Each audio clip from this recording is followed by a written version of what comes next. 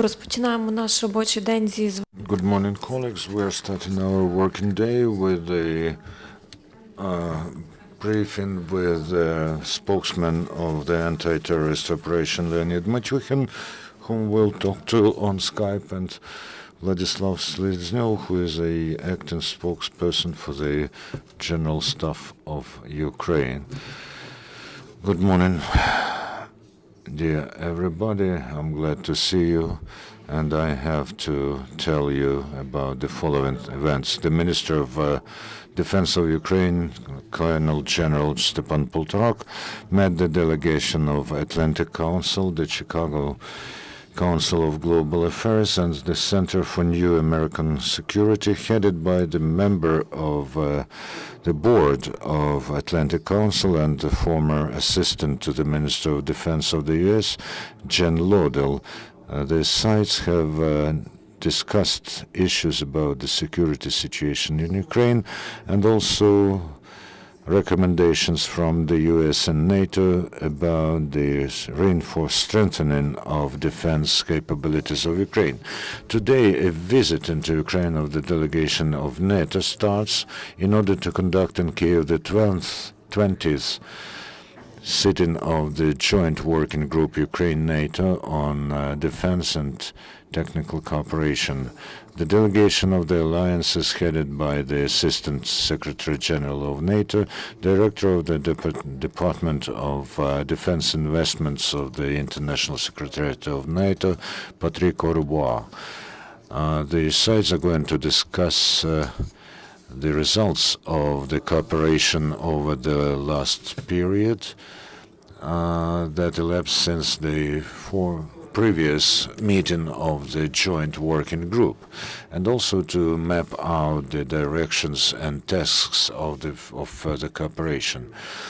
The sides also want to discuss the state and the directions of the further development of standardization and codification system in Ukraine, prospects of work in Ukraine of the Trust Foundation to utilize small firearms and conventional ammunition and landmines, and the Trust Foundation to modernize the systems of communications and automation of management on command of the armed forces of Ukraine.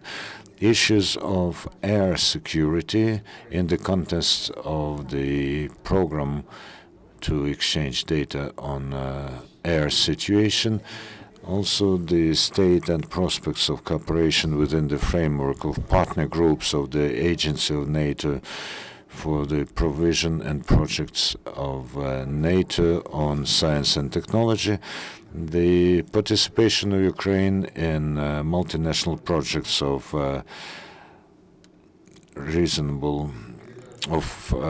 intelligent defense, and the fulfillment of the roadmap of defense and technological cooperation Ukraine-NATO. The NATO delegation will also visit the state concern Ukroboronprom and the state enterprise Antonov. The NATO delegation visit to Ukraine will last until the 16th of January. The Chief of Staff of Ukraine and Commander-in-Chief of the Armed Forces of Ukraine, Colonel General Viktor Muzhenko, prior to his visit into the NATO headquarters in Brussels, planned for the 20th, 22nd of January, talked on the phone with the head of the Military Committee of NATO, General Knut Bartels. They talked about the current situation in the east of Ukraine and the prospects of military cooperation of armed forces of Ukraine and North Atlantic Alliance.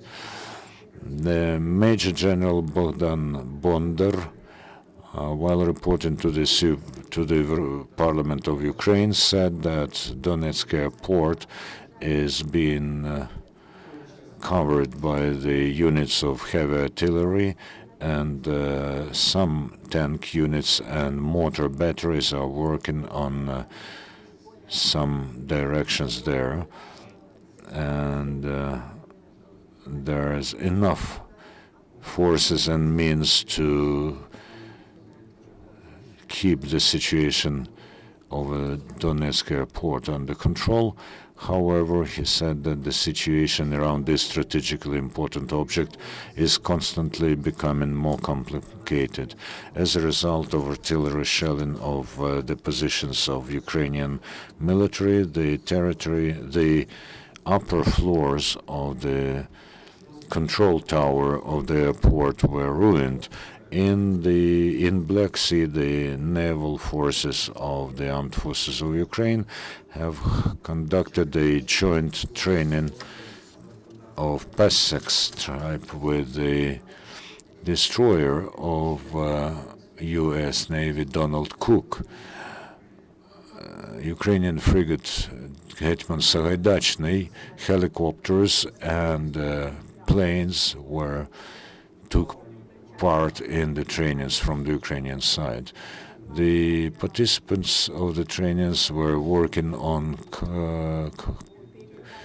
cooperation and standards of multinational tactical units of NATO and were raising the level of compatibility of naval units of their countries. The actions of Ukrainian side during the trainings have got the mark good. At the moment, frigate Hetman Sagaidachny came back to the location of her constant location. In Odessa region, volunteers and activists from Kodyma and Krasnookhnaya districts have handed over to military who take part in anti-terrorist operation, have handed them the winter uniform, other military equipment, individual bandaging packages, balaclavas, sleeping bags, and some homemade cookies and sweets. Also, the Odessa residents have held a charity fair, and the school children of Ivanivka district of Odessa region have made with their hands a mask and mesh to protect military machinery and arms. In one of the schools of Sumy, the officers of the regional military commissariat, together with their school children, have presented a signal copy of the book of memory of Sumy region who died in the anti-terrorist operation. The kids have made this book with their own hands, using documentary material that was provided by the regional military committee. In Krasnohorivka, in Donetsk region, the officers of the group of civil military cooperation, together with volunteers, have handed over to oncological patients and also people who have diabetes and disabled persons over 2 tons of humanitarian aid, including warm clothes, food, and other necessary things. Now, Leonid Matyukhin, Captain 2nd rank, will inform you on the current situation in the zone of the anti-terrorist operation. Hello, Leonid. How do you hear us? I hear you well, so we're all ears. What happened in the anti-terrorist operation zone during the last 24 hours? The situation in the zone of anti-terrorist operation has stabilized and has a trend to the decrease of number and intensity of shellings. Starting from 6 p.m. last day and until today's morning, the illegal armed formation have shelled the positions of our forces 18 times, and the biggest tension is still in the region of Donetsk airport and settlements next to it. At 11 p.m., the gunmen have shelled again the meteorological tower of the airport, after which they have several times shelled the positions of Ukrainian military around the airport. They have also used mortars and artillery systems to shell the Ukrainian strongholds next to Staromykhailivka, Taranchuk, Arhangelskoye, Tonenko, Maloorlivka, Leninskoye, and Chester. They have shelled the settlements Tonenko, Marinkupiski, and Olenivka from the multiple rocket launchers Grad. And they have also, for the first time over the period of armed conflict, used the 220 millimeter heavy flamethrower multiple launcher Buratino. They have fired at the outskirts of Vesela settlement. And over the last 24 hours, the bandit formations have shelled and fired at our positions 75 times. Also, we detected 5 cases of air reconnaissance with the use of drones in the vicinity of settlements Girske, Berdyanske, Topolina, and twice in Staraya Dar. Our military do not cede their positions, and when there is a necessity, they repel the enemy attacks, hitting the most active and dangerous points from where the terrorists are firing. Yesterday in the evening, as I said, the illegal armed formations have, for the first time over the period of armed conflict, used the 220 millimeter multiple flamethrower launcher Buratino. After the conference, we will provide you with the detailed information. At the moment, there is a silence in the airport. And yesterday's combat action in the Donetsk airport, how did it finish? Are there any casualties among Ukrainian military? Yesterday, our military in Donetsk airport were provided with fire support, and I cannot tell you about the casualties because only the Council of National Defense and Security publishes the figures of casualties. At the moment, we expect people plan to react to yesterday's incident in Volnovaha. Ukrainian citizens are going to call for a more active action. So how do you think the end of ceasefire is possible? You have to understand that people are everywhere, including the front line, everything possible. But of course, no one is surprised that terrorists are doing what the terrorists are doing when they kill peaceful residents. I saw with my own eyes in Avdiivka when people and children are going around and mines are landing with the mortar mines are landing within 50 meters from where people are doing their peaceful things.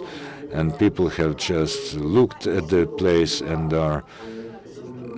went back to their usual things. We're not going to scare anyone with the showing out fragments of dead bodies. We will work further. I have a question to you about the accreditation cards for press. Could you explain to us how necessary it is to get them? The presence or absence of accreditation cards does not influence the work of journalists, the major principle is that they have accreditation at the press service of the Service of Security of Ukraine. If they have such accreditation, the journalists have the right to work in the anti-terrorist operation. If they have the card, then they have an opportunity to freely move between the road checkpoints. Do you have to get the accreditation cards in Kramatorsk or in Kiev? Both in Kramatorsk and Kiev. This is done in order for journalists to get them in a more convenient way, because not everybody is planning to go to Kramatorsk. So in order to provide for more convenient